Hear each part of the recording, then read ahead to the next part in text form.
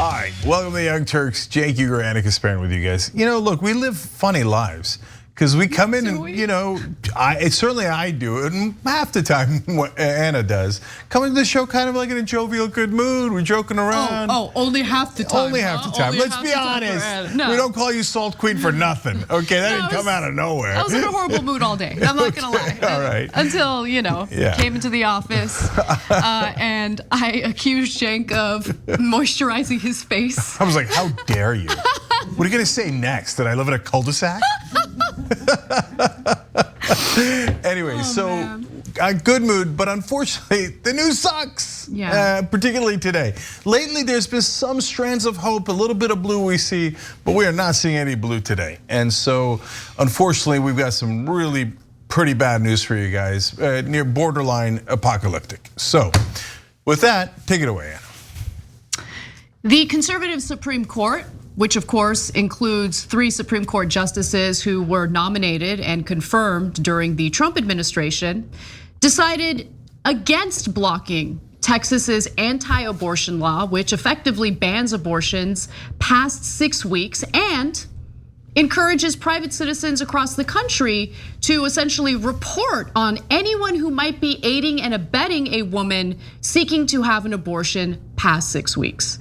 Now, this doesn't mean that the Supreme Court has weighed in on the constitutionality of this law, which just went into effect on September 1st in the state of Texas. However, it does mean that as this case makes its way through the lower courts, abortions are illegal. Essentially, 85% of abortions in the state of Texas happen past the 6-week mark. And so you have abortion providers in the state that have canceled appointments. They're being incredibly cautious because they're terrified of these lawsuits being brought against them from private citizens across the country. And so we are in a terrible situation because not only is this impacting women in the state of Texas, this will impact women across the country, particularly in red states. And these efforts are now being duplicated in places like Florida, which we'll get to later in the show.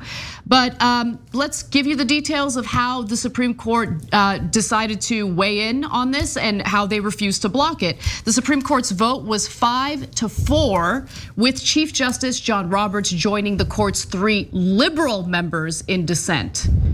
So just consider the fact that the conservative Supreme Court justices that were confirmed during Trump's administration not only have an impact on the reproductive freedoms of women, but they will have an impact on all sorts of legislation that will be challenged by conservatives for the rest of our lifetimes. Just keeping it real. That's what the reality of the situation is. The majority opinion was unsigned and consisted of a single long paragraph. It said the abortion providers who had challenged the law in an emergency application to the court had not made their case in the face of complex and novel procedural questions. The majority stressed that it was not ruling on the constitutionality of the Texas law and did not mean to limit procedurally proper challenges to it.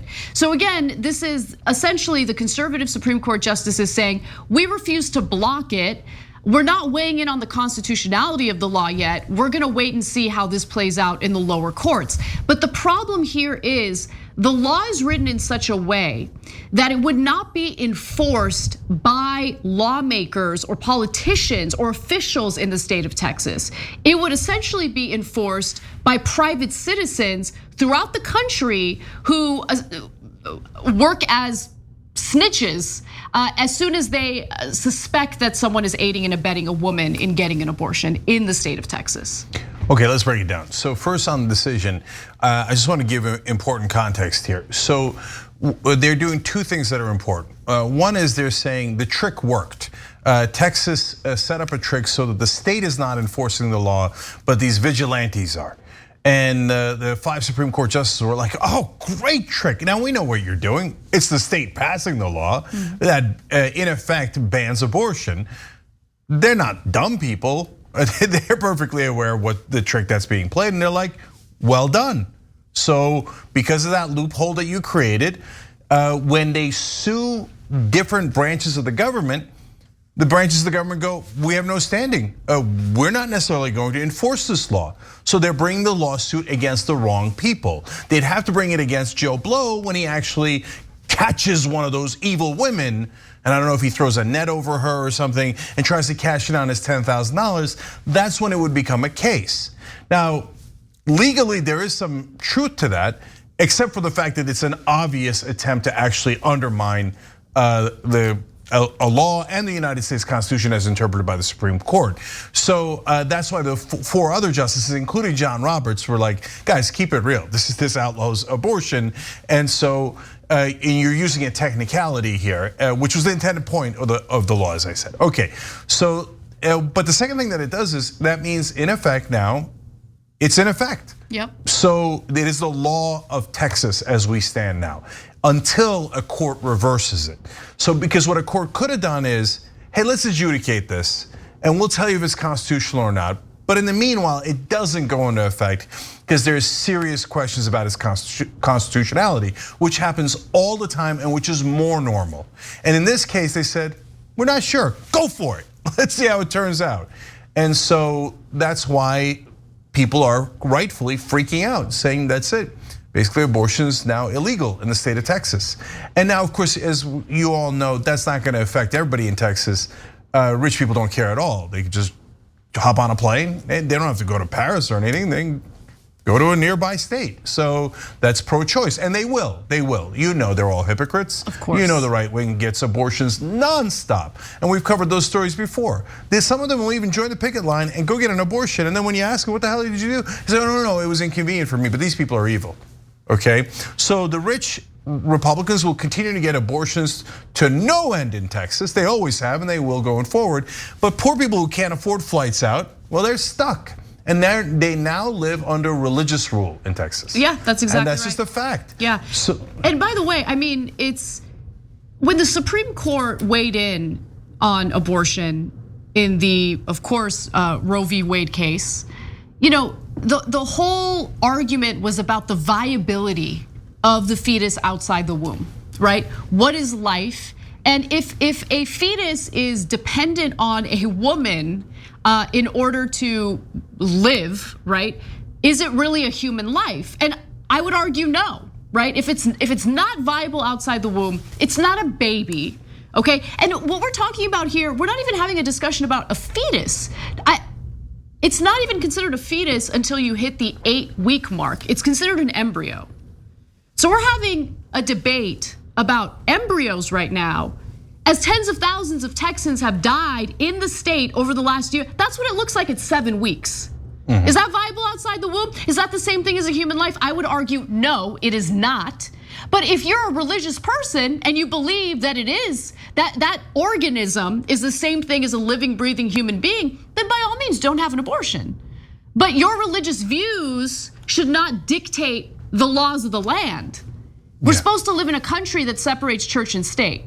And so if we're gonna consider embryos the same thing as a living, breathing human, then we need to ensure that we have enforcement to prevent men from masturbating and wasting that precious human organism known as sperm, right? Like that's how ridiculous this whole argument is. And it's not about human lives, as I've said on the show multiple times. If this was really about human lives, then the evangelicals who have been pushing for these types of draconian laws would be up in arms about the ban on mask mandates in the state of Texas. They'd also be up in arms about what, Lieutenant Governor Dan Patrick said early on in the pandemic in this video from April of 2020 as coronavirus numbers were spiking. Here's what he had to say about human lives. We're crushing the markets. We're crushing this country. And what I said when I was with you that night, there are more important things than living. And that's saving this country for my children and my grandchildren, and saving this country for all of us. And I don't want to die. Nobody wants to die. But man, we got to take some risk and get back in the game and get this country back up and running. There are more important things than living, like his precious stock portfolio and the precious markets. Like they're such hypocrites, but honestly at this point, that argument is boring. Of course they're hypocrites. Of course they don't care about human lives. All they're doing is, pandering to right-wingers and single issue voters who somehow are able to think of embryos as human lives, but when it comes to actual viable, living, breathing humans who are dying right now, thanks to the incompetence and the greed of right-wing lawmakers, they don't care at all. They're able to separate those two things somehow. I do have some of the dissenting opinions. Each liberal justice wrote a dissenting opinion that I want to share with you all in just a minute. But Cenk, do you want to jump in? Okay, yeah, so first of all, an embryo is closer to sperm than it is an actual human being. I mean, look at us. This is what humans look like. Look in the mirror. You saw the embryo, and you know what sperm looks like, probably. So, come on. So my point to you guys is, we can draw the line anywhere, right? And we can have a debate about where to draw the line. Anna pointed out the reasonable place to draw it, in our opinion, is when life becomes independent. Well, that means it's an independent human being, okay, and has its rights. But as long as it's dependent, whether it's your semen or it's an embryo, it obviously doesn't have full rights, to say the least. And that's why Roe versus Wade is not having an abortion at any time. You know that it says at viability, basically the third trimester, you're not allowed to have an abortion, because at that point it's an independent life. So the rest of it is religious views.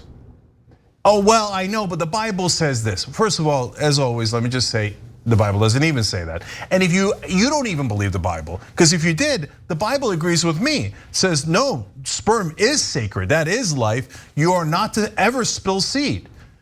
Now, why do you do that abomination? Because you don't really care about the Bible. What you care about is subjugating women. Controlling them. There's no question about that, guys. If you actually were even a religious fundamentalist, even we disagree with you, but you would say no man is ever allowed to spill seed. It's in the Bible, it's very, very clear, and that is an affront, and God thinks that you're killing life. That's it, you're done with it. But you don't believe that, none of you believe that. If you're right-wingers, not one of you believes that. Why? Hypocrisy, go read the Bible. You don't give a damn about it, that's why you never read it. And so now let me give you our non-religious perspective. I don't think abortion is a big deal. Oh my God, you're not allowed to say that in America. We live among religious zealots, and the Taliban will be so upset if you say that. I don't care what the Taliban thinks, whether they're in Kandahar or in Texas. Oh, you're supposed to view that as sacred. Why? It's not my Bible. I don't believe in your religion. No, you have to think like I do. Well, I don't. I don't think abortion is a big deal at all. At all. Well, I'm offended. Well, I don't care that you're offended. You're allowed to be offended. It's a free country. But what you're not allowed to do is pass laws where you enforce your views on us. Your views that are based on religion, a religion we do not all share. And they set up the country to be free of that. We are not supposed to establish a religion. And if you don't think that's true, you're wrong and you're un-American. Those are facts. Read the Constitution. But these Taliban, these theocrats, now, but who wants to live in Texas? Who wants to subject their wives, their moms, their daughters to the rule of some creepy old men who say, I'm gonna tell you what to do with your body because God spoke to me and told me. I don't give a damn what you think God told you. Okay, this is supposed to be a free country. And I know that the right wing hates freedom. Their favorite thing in the world is subjugation and control. 100%. But our job is to fight back, and we're going to aggressively. Well, let's get to how the liberal justices wrote their dissenting opinions on this. So let's reset for that.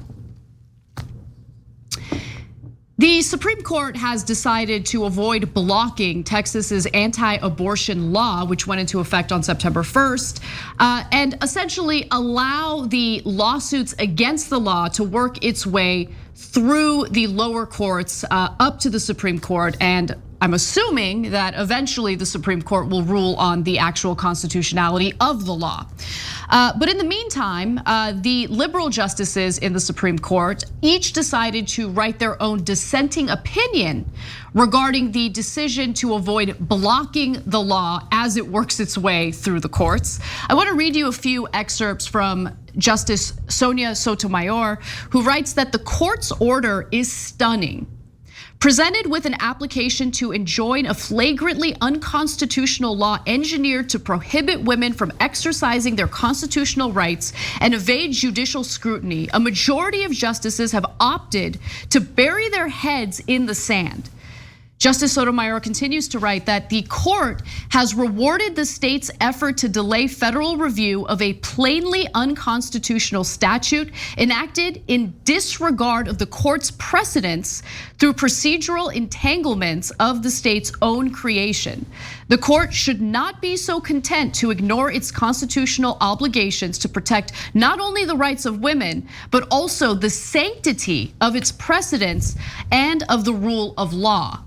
Now, the Chief Justice John Roberts sided with the liberal justices in this case. And so I want to read a little bit from his decision as well. He also dissented, of course.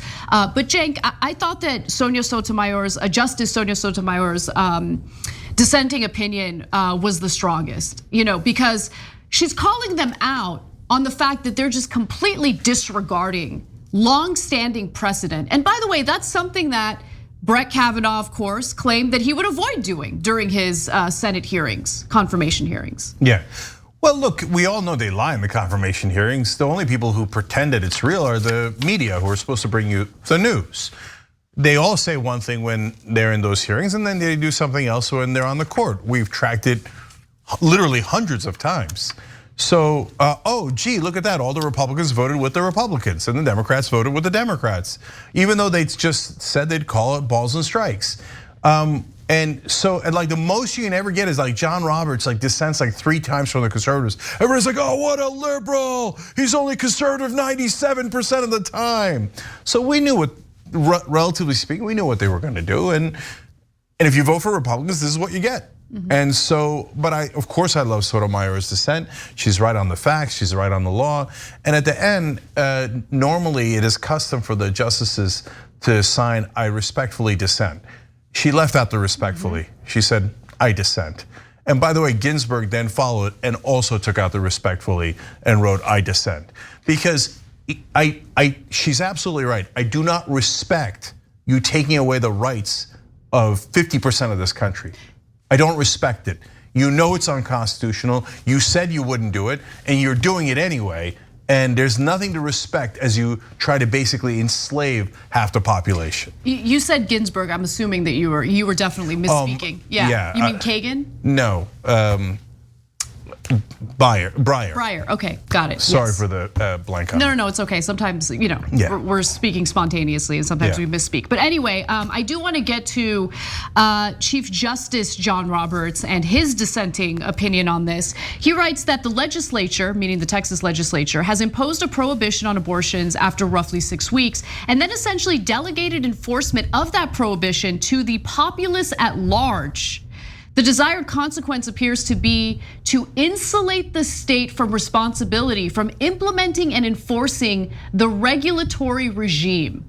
And he's right about that. The way that the law in Texas was written was very much intentional, because the Supreme Court ruling in Roe v. Wade essentially stated that the state cannot create an undue burden for a woman seeking an abortion, before viability of that fetus, right? And so what the state is doing here in the way that they wrote the law is, instead of the lawmakers or state officials enforcing it, they're creating a system in which private citizens across the country can turn in or report on individuals that they believe are aiding and abetting an illegal abortion in the state of Texas. And so that's what's worrying about this, because as it makes its way through the lower courts and the final decision on this is made, it's gonna be a lot more difficult and a lot more complicated to prevent this or to block this, to strike it down based on constitutionality. Yeah. My parents moved us here when I was a kid. We didn't come here because it was a theocracy. There was a lot of places to go if we wanted a theocracy. And so thank you to the dissenting justices for fighting for what America is supposed to stand for, which is freedom. And if you ever see a right winger talking about freedom, understand that they're completely full of crap. They think my freedom, but not your freedom. So women, you will now serve us. And by the way, there's no exception for rape here. Or incest. So you will have your rapist kid, you will carry it for 9 months, and then you will take care of it for the rest of your life. Your life is not your own anymore. The government of Texas has taken over your body and your life because they did it for their mullahs. And I'm not interested in their goddamn mullahs. We didn't come here for that. If we wanted, we could have gone somewhere else for religious rule. And it's totally unacceptable, and it's the most un-American thing I've ever seen. You know, there's one avenue in which I'm curious if it's going to be used as a way of striking down the law, because the whole argument is, well, I mean, it's not the state that's enforcing this. It's private citizens. But remember, private citizens who are looking to snitch are incentivized with a $10,000 reward. Where does that money come from? Oh, great point, Anna. Well, then obviously it's coming from the state, hence it's state enforcement. There's no question about that. And that's a great legal point. Apparently the 5 Supreme Court justices missed it. And remember, they're gonna come back to the case, but meanwhile, they're letting this clearly unconstitutional law go. But guys, the thing about the vigilantes has 2 issues, 2 problems. One is now we've made a state filled with snitches. $10,000 is nothing to sneeze at. So they're all gonna be up in every woman's business. Oh, is she pregnant? Is she pregnant? Is it 6 weeks? How the hell would you know it's 6 weeks? But they're dumb, they don't know. They're now, oh, did she have sex the other day? Did she have sex 6 weeks? I'm gonna get my $10,000 by spying in on women. Bunch of brown shirts running around, religious fundamentalist wackos, and trying to get rich and violating all of our privacy and our freedoms. They never meant a word they said. If there was an honest media in this country, you would know what hypocrites right wing are. But they're always being coddled and babied. Oh, maybe your religious fundamentalism is a good idea. Maybe we should enforce your wackadoodle ideas on everyone else, as if that's what America is about. But the second problem with the vigilante part is, and they allowed from out of state. So what's gonna happen is some right-wing billionaire is going to just file case after case after case after case. And it doesn't even have to be true, guys, because what that does is it bogs down those clinics with impossible legal costs. That's right. And then they all get shut, they will all be shut down. They'll go bankrupt because of the legal fees. And in the meanwhile, even if you were to win eventually and get them back and somehow put them back in place, et cetera, and then they've prevented abortion for God knows how long in the state of Texas, and now it's spreading like wildfire. As soon as this worked, Florida's considering it, and all those other red states are like, great, we can put women under our boots, yes, let's take over their bodies.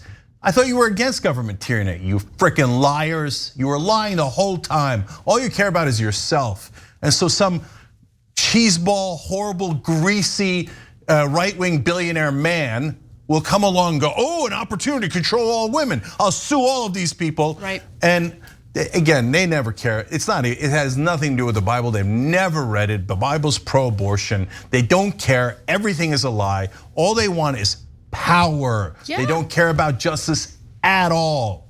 The only thing they want free is the markets. Free markets, but oppression for women.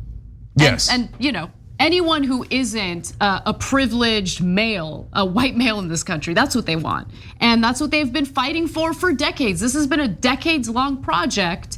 And they're succeeding. In the meantime, the question is, what are the Democrats up to? What is the left up to? And that's what we'll discuss when we come back from our break. All right, back on TYT, Cenk and Anna with you guys. I just realized something disastrous that's gonna happen in Texas, thanks to one of our members, but I'm gonna save it for the middle of this show. I wanna make your point so everybody can see it. Women are gonna die? Is that what it is? Well, it's women are gonna die, by the way. They're gonna take matters into their own hands because this is gonna impact poor women who can't fly out of state to get an abortion, and they're gonna get desperate. Anyway, we'll talk about it. But that's the reality of this pro-life law that just passed in Texas. Not pro-life at all. All right, let's do it. Let's talk about the feckless Democrats sitting back. President Joe Biden has issued some strong words for the state of Texas, which has effectively blocked all abortions from taking place. Now, the language in the law that just took effect on September 1st bans abortions past 6 weeks, but 85 to 90% of women don't even know that they're pregnant at that point. Now, Biden called the law's novel enforcement structure, which allows private citizens to bring civil suits against anyone who assists a pregnant person seeking an abortion, a bizarre scheme with the potential to unleash unconstitutional chaos. He continues to write in a statement, complete strangers will now be empowered to inject themselves in the most private and personal health decisions faced by women. Now, the question is, what is the executive branch planning on doing?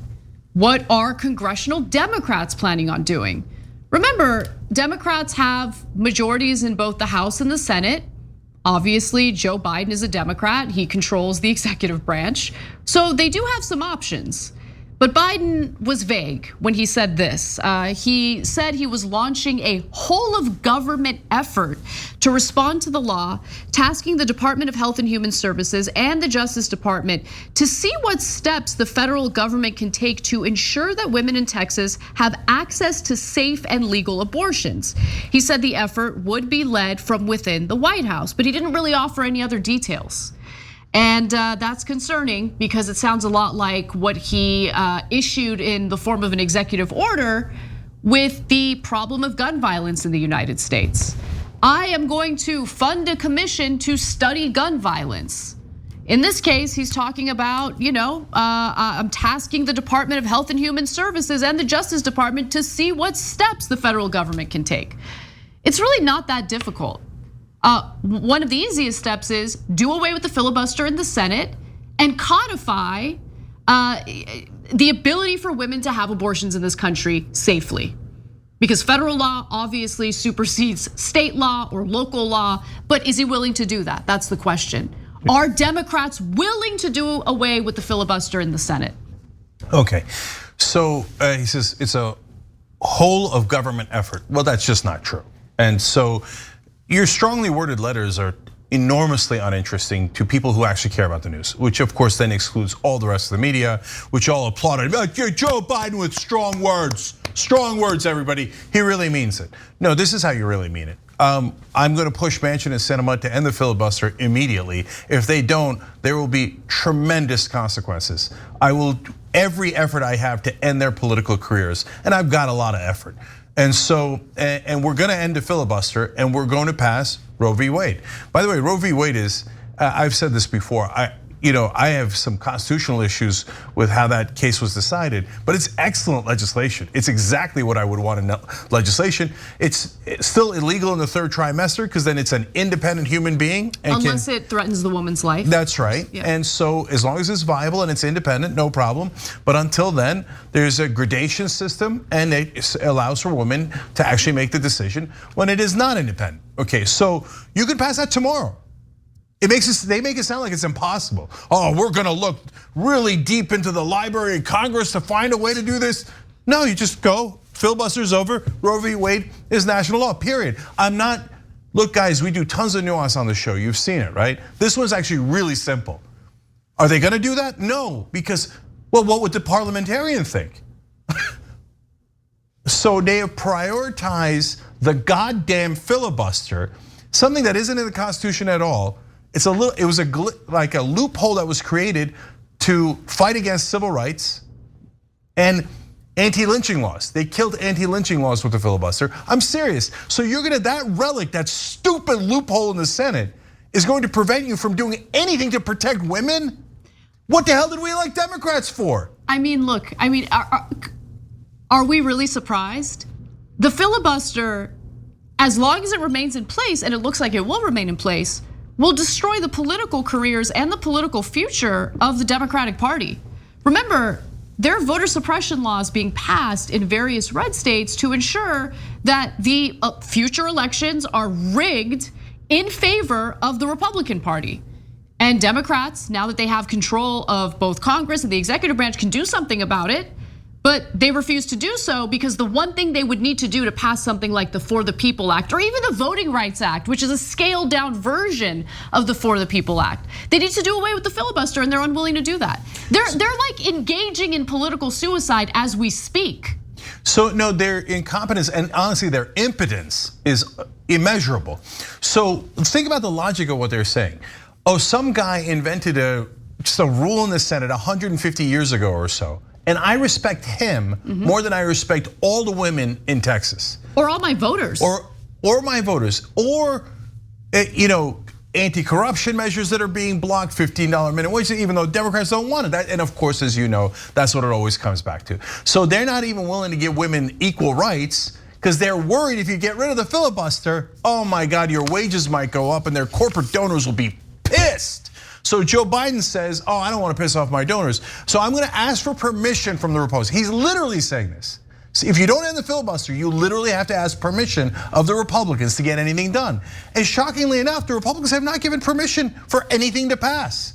And so, except an infrastructure bill that's totally watered down and designed to benefit corporations, both their donors, the Republican and Democratic donors. So guys, the only reason why you don't know this, if you didn't know it, is if you listen to and read mainstream media. They never tell you that. That's actually what's happening in politics. So Joe Biden will not do a goddamn thing about this law.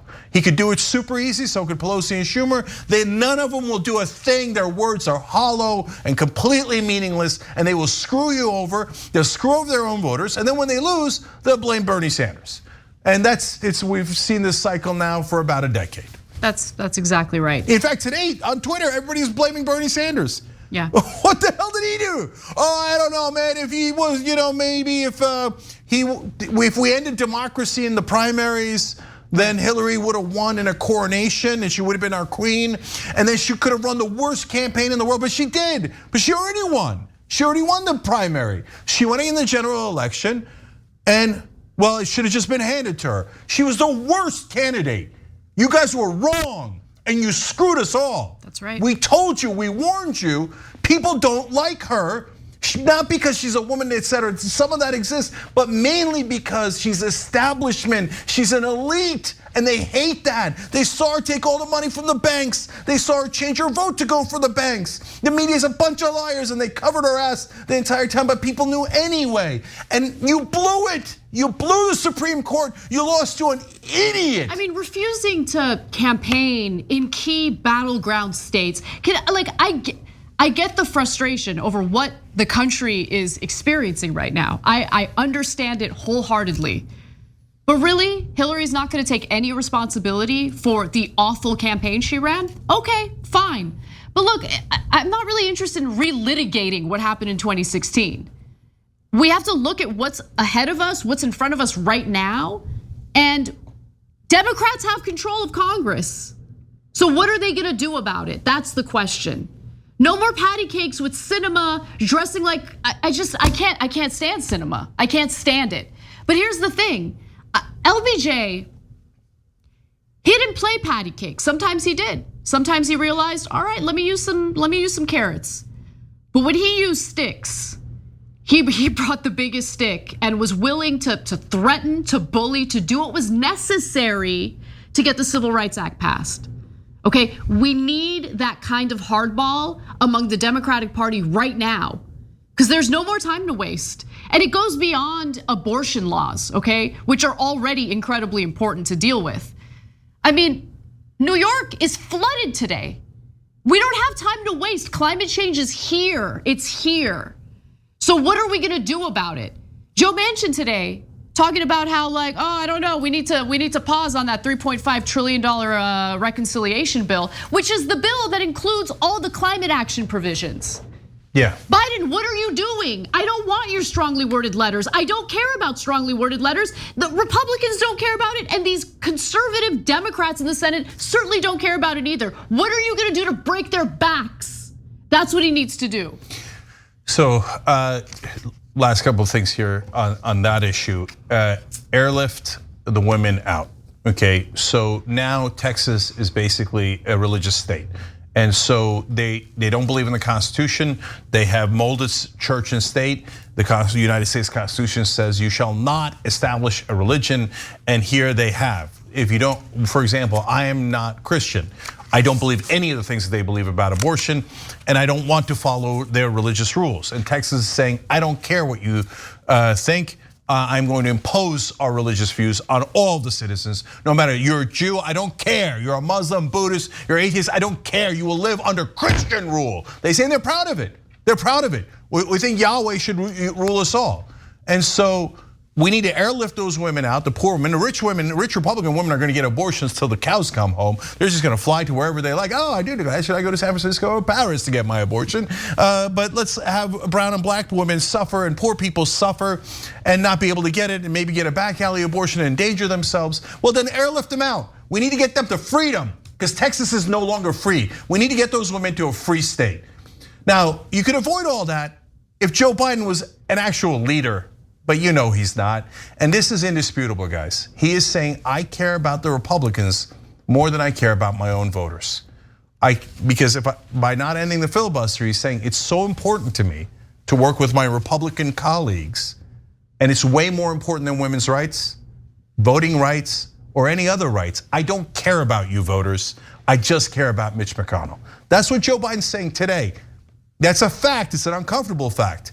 He could turn around, he could fight. But to this moment, he's not just not fighting on the filibuster, he thinks the filibuster should stay in place. He has the same position as the Republicans. That's who Joe Biden is. All right, we're gonna take a break. When we come back, we'll discuss how now states like Florida see that the floodgates have opened and they are drafting their own anti-choice laws. We'll be right back. All right, back on TYT, Cenk and Anna with you guys. Casper. I want to separate two different things. On one hand, you have media figures or public figures who have one job and one job only. It's either to report the news or if they do op-ed work or columnist work or analysis, they're supposed to give their point of view or their analysis on various issues. Then there are the voters. I want to be clear that we're leaving voters out of this conversation, okay? We're gonna focus specifically on media figures like Brian Stelter. So, following the Supreme Court's ruling to essentially avoid blocking Texas's anti-abortion law, which bans abortion past 6 weeks, effectively banning all abortions because most women don't even know they're pregnant at 6 weeks. All of a sudden, Brian Stelter is changing his tune and he's deleting some old tweets that were, minimizing the fear that people had in regard to Donald Trump's presidency and his ability to appoint and confirm 3 Supreme Court justices. So back in 2018, he had responded to a series of tweets from Amy Siskind, where she wasn't talking about abortion, but she was talking about how the Trump administration was essentially engaging in anti-immigration policy in an incredibly harmful and draconian way. She wrote that Border Patrol has set up checkpoints on Route 95 in New Hampshire and Maine and are asking people, what country are you a citizen of? We're a few steps from the Handmaid's Tale. And then she also writes, when Dems take control of the House and hopefully Senate, one of the first things we need Congress to push for is the dismantling of ICE being used now as Trump's Gestapo. Now, Brian Stelter responded to that and essentially made it seem like she was being hysterical. We are not a few steps from the Handmaid's Tale. I don't think this kind of fear-mongering helps anybody. Now, I wish he was a little more outspoken about the fear-mongering that takes place in regard to, the threats abroad and how we need to engage in forever wars. But it's okay, he doesn't like this fear-mongering, so that's fine. Now, people actually went back to that tweet today, and he decided to delete it. That tweet was still there on Wednesday, according to the Internet Archive, but has since been deleted, simultaneous with the Supreme Court's 5-4 decision not to block a Texas anti-abortion rights law that effectively guts the protections of Roe v. Wade. So there was one other tweet though that he didn't delete, and it gives you a sense of how he consistently minimized the fears that people had in regard to the Supreme Court. He wrote, "I cover media. I've been working on a CNN documentary about Trump and TV. I interviewed one of the Handmaid's Tale producers for the doc, and I've talked to TV critics about this broader issue. I don't think it's an opinion to point out that America is not Gilead, nor is it close." Texas has effectively banned abortion, and they did that with the help of the right-wing Supreme Court. And I remember a lot of people in the 2016 general election minimizing the impact that Donald Trump would have on the Supreme Court. Now, I'm not talking about conservatives. Conservatives love this. I'm talking about Democratic voters, specifically those who have become nihilistic and don't think, and look, voters are one thing, but people who have influence, media figures who do analysis, those are the nihilistic ones that I think need to take accountability for the fact that they were wrong. When they minimized the impact that Trump would have on the Supreme Court, they were wrong. When they were mocking Democratic voters who might have supported Bernie in the primaries, but then said, all right, I have no choice, I gotta support Hillary Clinton because that is the lesser of two evils, they mock those people and shame those people. And so I just wanna know, are they ever gonna take accountability for the fact that they were wrong? Are they gonna turn around now and say, hey, you know what? This is literally my only job. I don't do anything else. I sit my ass down on a chair and I opine on politics all day as if I'm some sort of expert, and I got this wrong. I got it wrong. Let me admit I was wrong, because that's what credible people do. Are they gonna do that? No, of course they're not. I'm gonna give you other examples in just a minute, but Cenk, why don't you jump in?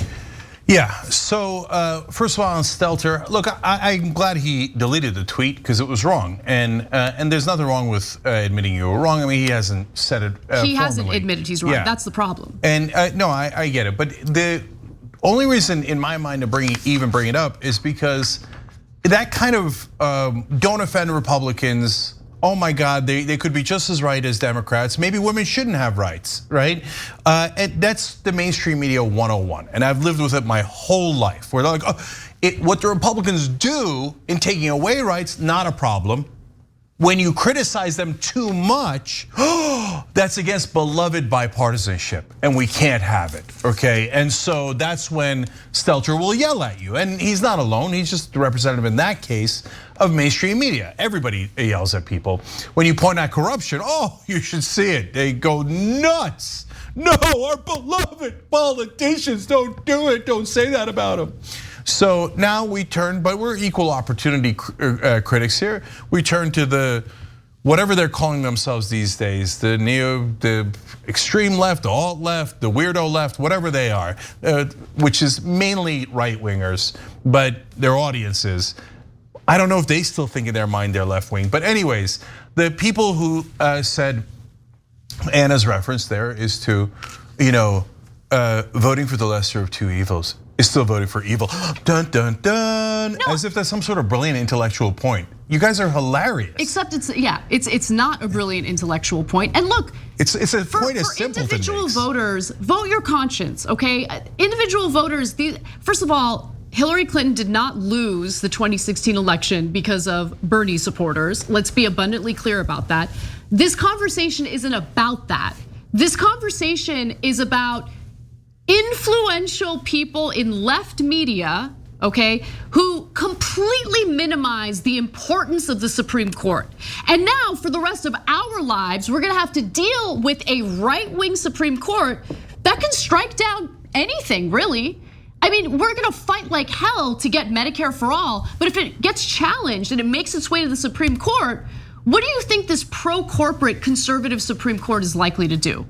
And one of the people who I remember very clearly minimizing the importance of the Supreme Court, both before and after Trump got elected as president, was of course Jimmy Dore, who's terrified of debating Sam Seder. And when you watch this exchange, you'll understand why.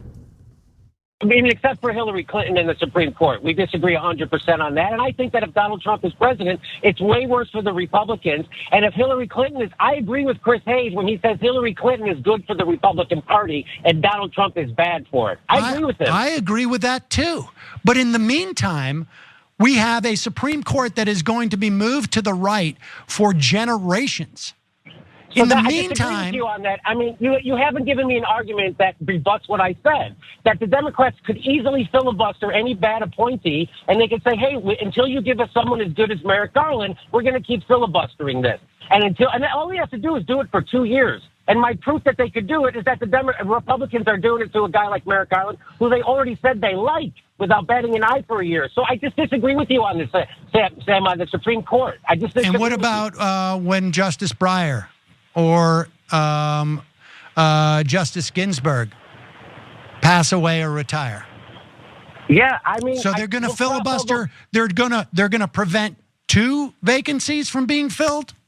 And then you think, based on that in the context of American society as you know it, without a presidential election going on, that the Democrats are going to retake the Senate, even though they have twice as many people up for re-election? I mean, Sam, did you think that Hillary Clinton was the stronger candidate than Bernie Sanders against the Republicans? No. You didn't? You always thought Bernie Sanders was a stronger candidate than Hillary Clinton against the Republicans? Yeah. I mean, particularly against Donald Trump. Oh, I thought I had you on that one. God damn it.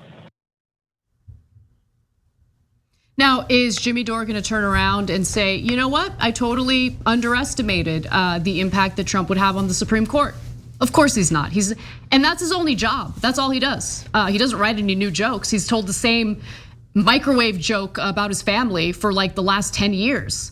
All he does is comment on politics, and he does a terrible job, and he'll never take responsibility. He'll never admit he was wrong. Another one, let's go to Briahna Joy Gray, who responded to an NPR Politics tweet by saying, you guys are 100% wrong on the importance of the Supreme Court of the United States in support for Hillary Rodham Clinton, okay?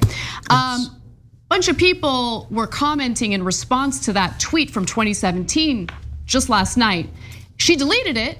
Cool that she deleted it. Will she now admit that she was wrong about the impact that Trump had on the Supreme Court? Will she admit it? Of course not. Of course not. So while they're turning around and they're mocking people for voting their conscience in the general election, they also, by the way, claim that they're being vote shamed. No, we're not vote shaming you. But if you get your analysis wrong, can you just please have a little bit of respect for your audience and admit to them, hey, you know what? My analysis was not on point there. That hour-long debate with Chomsky, turns out Chomsky had a point. I don't know. Yeah. So Jimmy, I think later in that conversation said something about, the chances of them, the Republicans being able to confirm 2 justices is the same as the moon falling into Lake Michigan. Something along those lines. You can see it, it's all over the internet. Oops. I mean, but look, think about how puerile that is, right? So you don't think the Republicans can confirm Supreme Court justices? Which planet do you live on? They wound up confirming 3. Oh, that's never gonna happen. Why would it? Because Jimmy's theory, I guess, was that the Democrats would fight hard to prevent the Republicans from confirming justice. Have you met Democrats? You claim that you're so tough on Democrats and you know how weak they are, and you thought they were tough enough to block Supreme Court justices from the Republicans?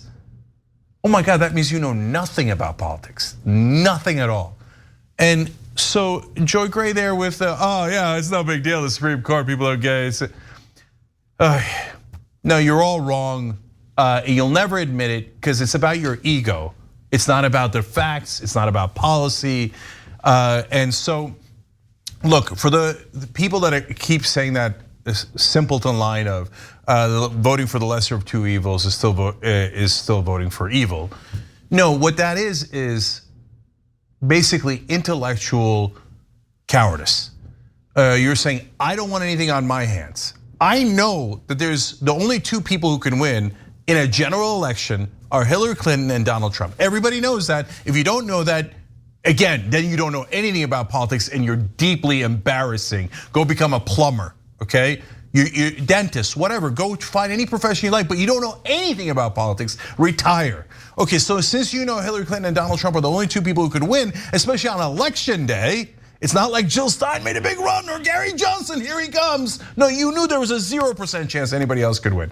If you're in a swing state, and there I disagree with the voters, I don't mind calling out the voters. By the way, they're just like Republicans. Their feelings are so tender. They're like, you guys are evil for voting for Hillary Clinton or Joe Biden. You're evil. And then you go, well, I actually think you made the wrong decision. I can't believe you're vote shaming. You're shaming me. No. Well, the Republicans call us evil, you call us evil. The minute we push back a little bit, you're in a corner of the room in a ball, fetal position. They said I voted wrong. Well, you did, and you got it all wrong. We lost the Supreme Court. By the way, again, we're not saying it's just those folks' fault. It's Hillary Clinton's fault that she lost to Donald Trump. We're not the mainstream media. We recognize what actually happened. But don't come around here and say, oh, we screwed it up. But we're gonna blame you because you voted for evil. Shut up, grow up, okay? And stop being a coward and make a decision. Don't go, oh, well, I didn't vote for it. I ran away, I'm the best, I'm the winner. I'm gonna judge you guys. Nah, I don't think so. You can piss off with that. All right, we made ourselves clear. That does it for hour one. We're gonna take a break and come back for hour two with more news, including what Florida is plotting next.